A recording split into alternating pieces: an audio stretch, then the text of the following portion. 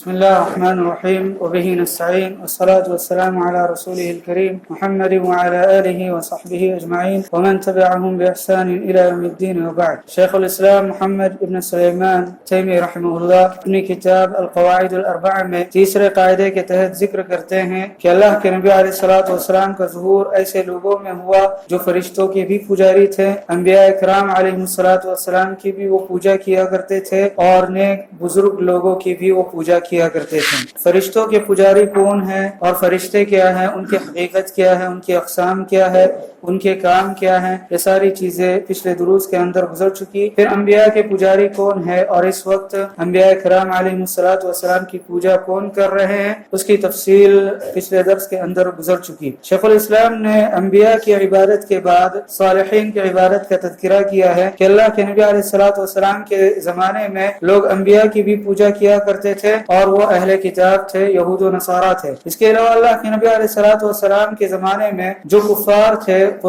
کفار قریش تھے، وہ اپنے بزرگوں کی بھی پوجا کیا کرتے تھے اور ان کی بھی عبادت کیا کرتے تھے۔ دیکھیے، شرک کا جو وجود ہوا ہے قوموں کے اندر، وہ وجود حضرت نوح علیہ الصلوۃ والسلام کے زمانے سے ہوا، اور شرک دو ٹائپ کا ہے، دو طریقے کا ہے۔ ایک تو مورتی پوجا ہے اور دوسری سورج اور چاند کی پوجا۔ مورتی پوجا حضرت نوح علیہ الصلوۃ والسلام کے قوم کے اندر تھی اور وہی سے شرک کی ابتدا ہوئی، اور چاند اور سورج وغیرہ کی پوجا ابراہیم علیہ الصلوۃ والسلام کے قوم کے اندر تھی۔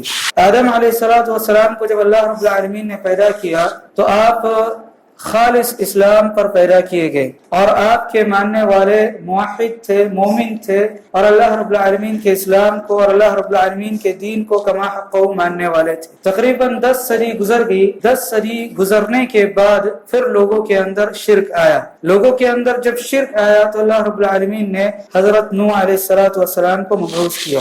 آدم علیہ الصلوۃ والسلام کے بعد جو زندگی تھی عبادت وغیرہ کے تعلق سے، اس کو اللہ رب العالمین نے یوں بیان کیا، فرمایا کہ کان الناس امۃ واحدہ، کہ لوگ ایک ہی امت تھے، ایک ہی دین کو ماننے والے تھے۔ اس لیے کہ حضرت آدم علیہ الصلوۃ والسلام نبی تھے، اللہ رب العالمین نے ان کو نبی بنا کر اس دنیا کے اندر مبعوث کیا تھا۔ ان کا بھی دین تھا اور لوگ اسی دین کے فالوور تھے، اسی دین کو مانا کرتے تھے، لیکن بعد میں شیطان آیا اور شیطان نے آدم علیہ الصلوۃ والسلام کے دین سے لوگوں کو بھٹکا دیا، لوگوں کو گمراہ کر دیا۔ نوح علیہ الصلوۃ والسلام جب آئے تو اس وقت بت پرستی کا رواج تھا، لوگ بتوں کی عبادت کیا کرتے تھے، بتوں کی پوجا کیا کرتے تھے۔ لیکن یہ شرک ان لوگوں کے اندر کیسے واقع ہوا، اس کو عبداللہ ابن عباس رضی اللہ عنہ نے اور اس کے علاوہ ان کے علاوہ دیگر صحابہ کرام اور دیگر تابعین نے بیان کیا ہے کہ نوح علیہ الصلوۃ والسلام کے زمانے میں، بلکہ ان سے پہلے 5 بزرگ تھے، 5 اولیاء اللہ تھے، اللہ رب العالمین کے ولی تھے، نیک لوگ تھے۔ جب یہ لوگ مر گئے، ان کے مرنے کے بعد لوگوں نے سب سے پہلے ان کی قبروں کا اعتکاف کرنا شروع کر دیا، ان کی قبروں پر بیٹھنا شروع کر دیا۔ اور یہ 5 بزرگ کون تھے؟ ان کو اللہ رب العالمین نے سورہ نوح کے اندر بیان کیا ہے، ود، سوا، یغوث، یعوق اور نصر۔ یہ 5 بزرگ نوح علیہ الصلوۃ والسلام کی قوم میں موجود تھے۔ جب یہ لوگ مر گئے تو ان کی قبریں موجود تھی، تو یہ لوگ یاد دہانی کے طور پر ان کے قبروں پر جایا کرتے تھے، اور ان کی قبروں پر جانے کے بعد ان قبروں کی عبادت نہیں کیا کرتے تھے، وہاں پر سجدہ نہیں کیا کرتے تھے، بس اس لیے جاتے تھے تاکہ اللہ رب العالمین ان کو یاد آ جائے۔ اس لیے کہ بزرگ نیک اور صالح لوگ تھے جن کا انتقال ہو چکا تھا، جو وفات پا چکے تھے، لہٰذا اللہ رب العالمین کو یاد کرنے کی غرض سے یہ لوگ قبروں پر جانا، ان لوگوں نے قبروں پر جانا شروع کر دیا۔ قبروں پر جانا یا قبروں کی زیارت کرنا مشروع ہے۔ اللہ کے نبی علیہ الصلوۃ والسلام نے شروع میں اس سے منع کیا تھا، بعد میں پھر اللہ کے نبی علیہ الصلوۃ والسلام نے اس کی زیارت کی، قبرستان کی زیارت کی اجازت دی۔ لیکن قبروں کی ہم زیارت کے لیے جائیں تو وہاں پر جو دعا مشروع ہے اس دعا کو ہم پڑھیں۔ وہاں پر ہم نہ بیٹھ سکتے ہیں، یعنی قبروں کا قصد کر کے وہاں پر بیٹھنا درست نہیں ہے، اور نہ ہی وہاں پر ہم سجدہ کر سکتے ہیں، اور نہ ہی وہاں پر ہم نماز پڑھ سکتے ہیں۔ اس لیے کہ اللہ کے نبی علیہ الصلوۃ والسلام نے اس سے منع کیا، فرمایا کہ لا تصلوا الی القبور ولا تجلسوا علیہا، کہ قبروں کی طرف رخ کر کے نماز نہ پڑھو اور نہ قبروں پر بیٹھو۔ قبروں پر بیٹھنا بھی منع ہے، اور قبروں کا قصد کر کے وہاں پر بیٹھنا یا انتظار کرنا یہ بھی درست نہیں ہے۔ بلکہ اگر ہم اپنی والدہ کی قبر پر اگر جاتے ہیں یا والد کی قبر پر جاتے ہیں تو ہمارے لیے مشروع یہ ہے کہ ہم ان کے لیے دعا کریں. قبر پر بھی ہم ان کے لیے دعا کر سکتے ہیں, اور اگر کسی نے نماز جنازہ نہیں پڑھی ہے تو وہ نماز جنازہ پڑھ سکتا ہے, لیکن سنت نمازیں, نفل نمازیں جن میں سجدہ ہوتا ہے وہ سجدہ وہاں پر نہیں کر سکتا. تو میرے بھائیو, قبروں پر عبادت کرنا ممنوع ہے. جو عبادت مشروع ہے ان کو اللہ کے نبی علیہ الصلوۃ والسلام نے بیان کیا ہے کہ دعا کرنا وہاں پر مشروع ہے. انسان کو چاہیے کہ اگر وہ قبروں کی زیارت کرتا ہے, قبرستان کی زیارت کرتا ہے, تو وہ شرعی حدود میں قبروں کی زیارت کریں, شرعی ضوابط میں قبروں کی زیارت کرے, اور قبروں کی زیارت کے سلسلے میں غلو نہ کرے. ان لوگوں سے غلو سرزد ہوا. یہ لوگ قبروں پر رات دن بیٹھا کرتے تھے. ود کی قبر پر, سوا کی قبر پر, یغوث کی قبر پر, یعوق کی قبر پر, اور نصر کی قبر پر. یہ نیک اور بزرگ لوگ تھے, اللہ رب العالمین کے اولیاء تھے, ولی تھے. عبداللہ ابن عباس رضی اللہ عنہ نے ان کا ذکر کیا اور فرمایا کہ یہ لوگ اللہ رب العالمین کے ولی تھے. لیکن کیا کیا ان لوگوں نے, نوح علیہ الصلوۃ والسلام کی قوم نے, یہ لوگ وہاں پر جانے لگے اور شروع میں قبروں پر بیٹھنے لگے. یہ جو نسل تھی, یہ جو جنریشن تھی جو قبروں پر بیٹھتی تھی, قبروں کی عبادت نہیں کیا کرتی تھی. یہ لوگ جب مر گئے, قبروں پر بیٹھنے والے مر گئے, تو شیطان ان کی پیڑھیوں میں آیا, ان کی نسلوں میں آیا اور کہنے لگا کہ یہ لوگ قبروں کا اعتکاف اس لیے کرتے تھے, قبروں پر اس لیے بیٹھا کرتے تھے تاکہ یہ چاہتے تھے کہ یہ جو نصر ہے, یغوث ہے اور یعوق وغیرہ ہے, تو ان کا ایک اسٹرکچر تم بناؤ, ان کا اسٹرکچر ایک بناؤ, ان کی ایک مورتی تم بناؤ, تاکہ ان کو دیکھ کر تم اللہ رب العالمین کی عبادت کرو. ان کی عبادت مت کرو, ان کے لیے سجدہ مت کرو, ان کی عبادت مت کرو, ان کے لیے نماز نہ پڑھو, ان کے لیے سجدہ نہ کرو, اللہ کے لیے سجدہ کرو, اللہ کے لیے عبادت کرو. بس یہ مورتیاں بناؤ, اس لیے بناؤ تاکہ ان کو دیکھ کر اللہ یاد آ جائے, اور ان کو دیکھ کر تم اللہ رب العالمین کی عبادت کر سکو. ان لوگوں نے ایسا ہی کیا. ان لوگوں نے ان لوگوں کی مورتیاں بنائی, ود کی, سوا کی, یغوث, یعوق وغیرہ کی مورتیاں بنائی. مورتیاں بنانے کے بعد یہ لوگ بھی گزر چکے, ایک زمانہ گزر چکا.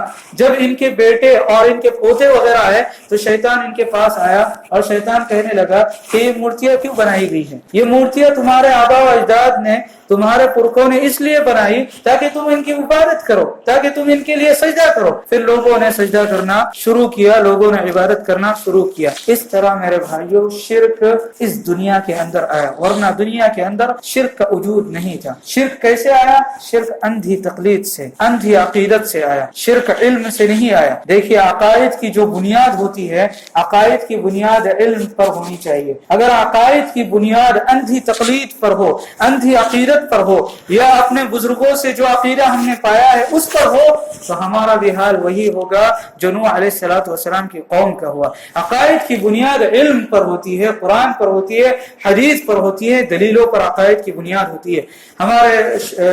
ہمارے شیخ کے شیخ ابن عثیمین رحمہ اللہ کہا کرتے تھے کہ اہل بدعت کا منہج یہ ہے, وہ یہ کہتے ہیں کہ سب سے پہلے جو اپنے بزرگوں کا عقیدہ ہے اس کو ثابت کرنے کے لیے تم دلیلیں تلاش کرو, دلیلیں تلاش کرو, چاہے دلیلیں ملے یا نہ ملے, وہی عقیدہ رکھنا ہے جو ہمارے بزرگوں نے رکھا. لیکن جو اہل السنہ ہوتے ہیں, جو سنی حضرات ہوتے ہیں, جو سنت کو فالو کرتے ہیں, جو توحید کو فالو کرتے ہیں, وہ کہتے ہیں کہ پہلے دلیلیں لے کر آؤ, دلیلیں مضبوط ہو, قرآن سے حدیث سے پروف کرو, ثابت کرو, اس کے بعد ہم اللہ رب العالمین کی عبادت کریں گے. اس کے بعد ہم بتوں کی عبادت نہیں کریں گے, قبروں کی عبادت نہیں کریں گے. اس کے بعد اسی طریقے پر نماز پڑھیں گے جس طریقے پر لوگ پڑھ رہے ہیں, جس طریقے پر اللہ کے نبی علیہ الصلوۃ والسلام نے پڑھنا سکھایا ہے.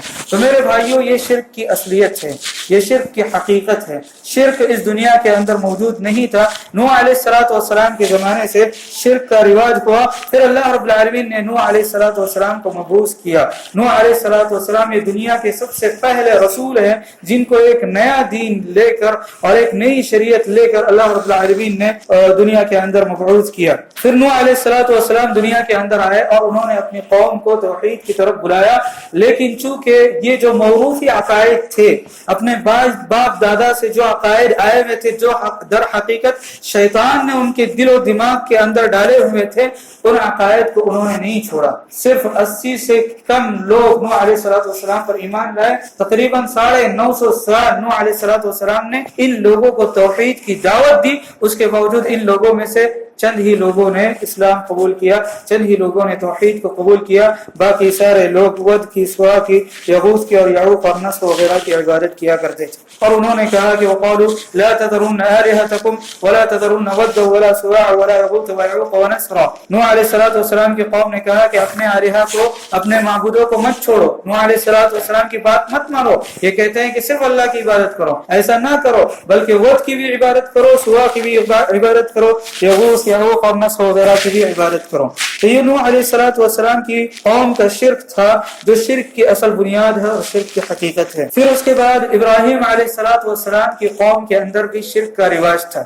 ابراہیم علیہ السلام کی جو قوم تھی ان کے اندر مورتی پوجا تھی، لیکن کسی حد تک کم تھی، اور اصل جو ان کے اندر شرک تھا وہ سورج کی عبادت، چاند کی عبادت، اسی طرح مریخ کی عبادت اور مارس کی عبادت، مشتری وغیرہ کی، یہ جو پلانٹس ہے 7 پلانٹ جو اس وقت دریافت کیے گئے تھے، ان کی وہ عبادت کیا کرتے تھے، ستاروں کی وہ عبادت کیا کرتے تھے۔ اللہ رب العالمین نے قرآن کریم کے اندر ابراہیم علیہ السلام کو یہ تعلیم دی اور ان سے یہ مطالبہ کیا کہ آپ قوم کے اندر جاؤ، اور قوم کے اندر جانے کے بعد جب ستارہ طلوع ہوگا تو آپ کہو کہ یہ ستارہ میرا رب ہے۔ اللہ رب العالمین نے قرآن کریم کے اندر ارشاد فرمایا کہ فلما جن علیہ اللیل رأى کوكبا، ابراہیم علیہ السلام جب رات میں ستارے کے قریب گئے، یا کہ رات میں فلما جن علیہ اللیل، جب رات ابراہیم علیہ السلام پر طاری ہو گئی، رأى کوكبا، تو آپ نے ایک ستارے کو دیکھا، قال هذا ربی، تو ابراہیم علیہ السلام نے کہا کہ یہ میرا رب ہے۔ ابراہیم علیہ السلام جانتے تھے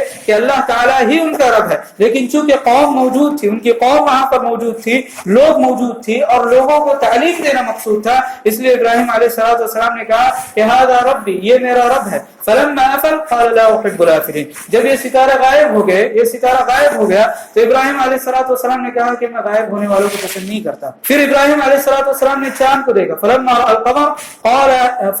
القمر بازغا قال هذا ربی، چاند کو طلوع ہوتے ہوئے دیکھا تو ابراہیم علیہ السلام نے کہا کہ یہ میرا رب ہے۔ فلما افل قال لئن لم يهدني ربي لأكونن من القوم الضالين، جب چاند غروب ہو گیا، چاند چلا گیا، تو ابراہیم علیہ السلام نے کہا کہ اگر اللہ رب العالمین مجھے ہدایت نہ دے تو میں ظالم لوگوں میں سے ہو جاؤں گا۔ فلما رأى الشمس بازغة قال هذا ربي هذا أكبر، پھر جب سورج کو ابراہیم علیہ السلام نے دیکھا تو کہا کہ یہ میرا رب ہے، اس لیے کہ یہ سب سے بڑا ہے۔ پھر ابراہیم علیہ السلام کے تعلق سے اللہ رب العالمین نے ذکر کیا، فلما افلت قال يا قوم اني بريء مما تشركون، جب سورج بھی غائب ہو گیا، سورج بھی غروب ہوا، تو ابراہیم علیہ السلام نے کہا کہ اے میری قوم، اے لوگو، تم لوگ شرک میں ہو، میں تم لوگوں کی طرح شرک میں مبتلا نہیں رہنا چاہتا، میں اس چیز سے بری ہوں جس کو تم اللہ رب العالمین کے ساتھ عبادت میں شریک ٹھہراتے ہیں۔ وجہت وجہی للذی فطر السماوات والارض حنیفا وما انا من المشرکین۔ تو ابراہیم علیہ السلام نے چاند کو دیکھا،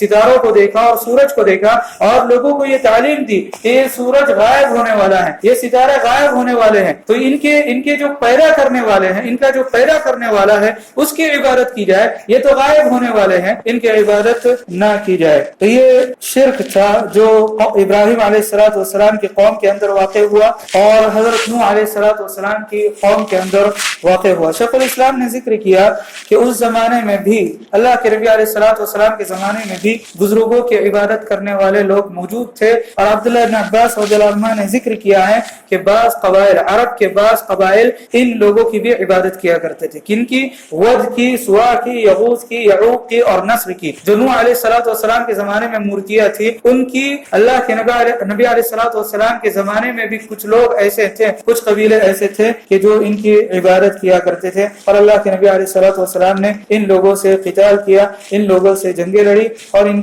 کو کافر قرار دیا۔ اللہ رب العالمین سے دعا ہے کہ اللہ رب العالمین ہمیں شرک کی حقیقت سمجھنے کی توفیق عطا فرمائے اور شرک سے بچنے کی توفیق عطا فرمائے، توحید کو سمجھنے کی توفیق عطا فرمائے اور توحید کو ہمارے اپنے دلوں کے اندر پیدا کرنے کی توفیق عطا فرمائے۔ آمین۔ صلی اللہ تعالی علی نبینا محمد وعلی آلہ وصحبہ وسلم۔